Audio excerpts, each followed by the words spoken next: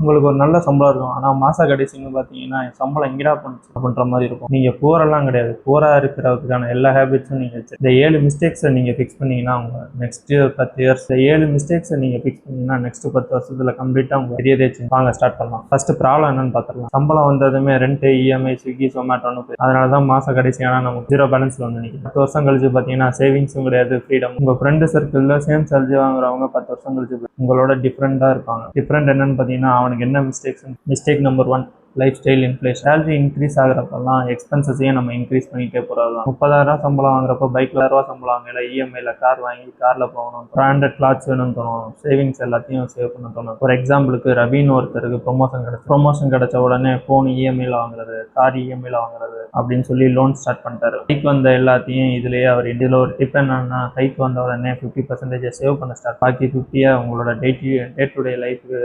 இது எல்லாமே உங்களுக்கு தெரிஞ்சது தான். நெக்ஸ்ட் சொல்ல போகிறது உங்களுக்கு தெரியாமல் பேங்க் ஸ்டேட்மெண்ட்லேருந்து பார்க்க போகிறோம். சப்ஸ்கிரிப்ஷன் பிளைனில் நெட்ஃப்ளிக்ஸு, அமேசான் பிரைம், ஸ்பாட்டிஃபை, ஜிம்முன்னு எல்லாமே ஸ்மாலாக தான். 6 மாதம் சப்ஸ்கிரிப்ஷன் ஒவ்வொன்றுக்கும் 200, 300 வச்சுக்கிட்டீங்கன்னா மாதம் 15,000 18,000 அதே ஈச் சப்ஸ்கிரிப்ஷனுக்கு 200 300 மாதம் நீங்கள் செலவு பண்ணிங்கன்னா வருஷத்துக்கு 15,000 18,000 உங்கள் சம்பளத்தில் இதே சாப்பிட்டு இந்த அமௌண்ட்டை நீங்கள் டீசெண்டாக எஸ்ஐபியில். இப்போ என்னன்னா பேங்க் ஸ்டேட்மெண்ட் ஓப்பன் பண்ணி யூஸ் பண்ணாத சப்ஸ்கிரிப்ஷன் எல்லாத்தையுமே கேன்சல். நான் என்கிட்ட யூடியூப் ப்ரீமியமாக தவிர எந்த ஒரு மிஸ்டேக் நம்பர் 3 ஃபோமோனா என்ன அப்படின்னா ஃபியர்.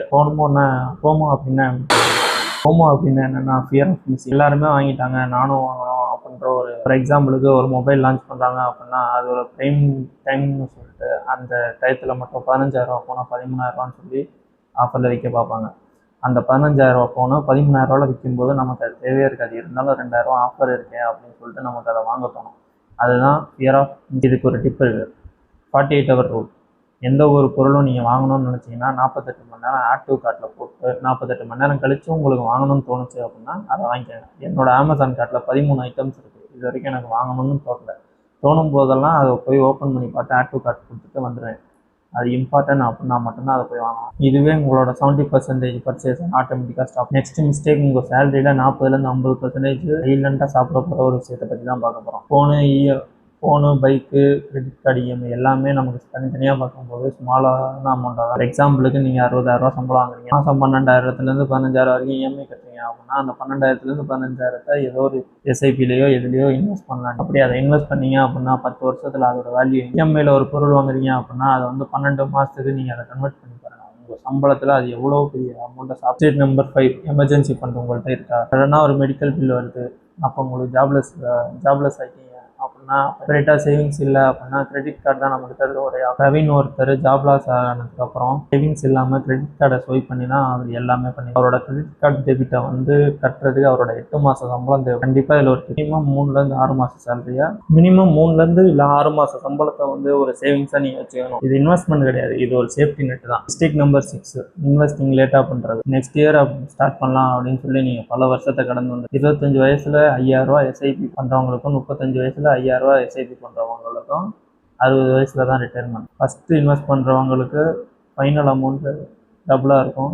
35 வயசில் இன்வெஸ்ட் பண்ணுறவங்களுக்கு அந்த அமௌண்ட் ரொம்பவே கம்மி. இதில் ஒரு டிப் என்னென்னா அமௌண்ட் மேட்டர் கிடையாது, நீங்கள் எப்போ இன்வெஸ்ட் பண்ணுறீங்க அப்படின்னு. இப்போ 500 ரூபா இருந்தாலும் அதை கண்டிப்பாக மிஸ்டேக் நம்பர் 7 எந்த ஒரு ஃபினான்ஷியல் கோல்ஸும் இருக்காது. ஜஸ்ட்டு சேவ் பண்ணணும் அப்படின்னு ஸ்பெசிஃபிக்காக எதுவுமே இல்லாமல் சும்மா கடமைக்கு சேவ் பண்ணி. கோல் இல்லை அப்படின்னா நமக்கு கண்டிப்பாக டேரக்ஷன் இல்லை அப்படின்னா நம்ம ஈஸியாக ஸ்பெண்ட். இப்போவே ஸ்பெசிஃபிக் கோல் எடுங்க, அமௌண்ட்டை டைம்லைன் ஸ்பெசிஃபிக் பண்ணுங்கள். 5 வருஷத்தில் 5 லட்சம் இன்வெஸ்ட் பண்ணோம் அப்படின்னு கிளியராக மைண்ட் செட் ஃபிக்ஸ் பண்ணி இன்வெஸ்ட் பண்ணுங்கள்.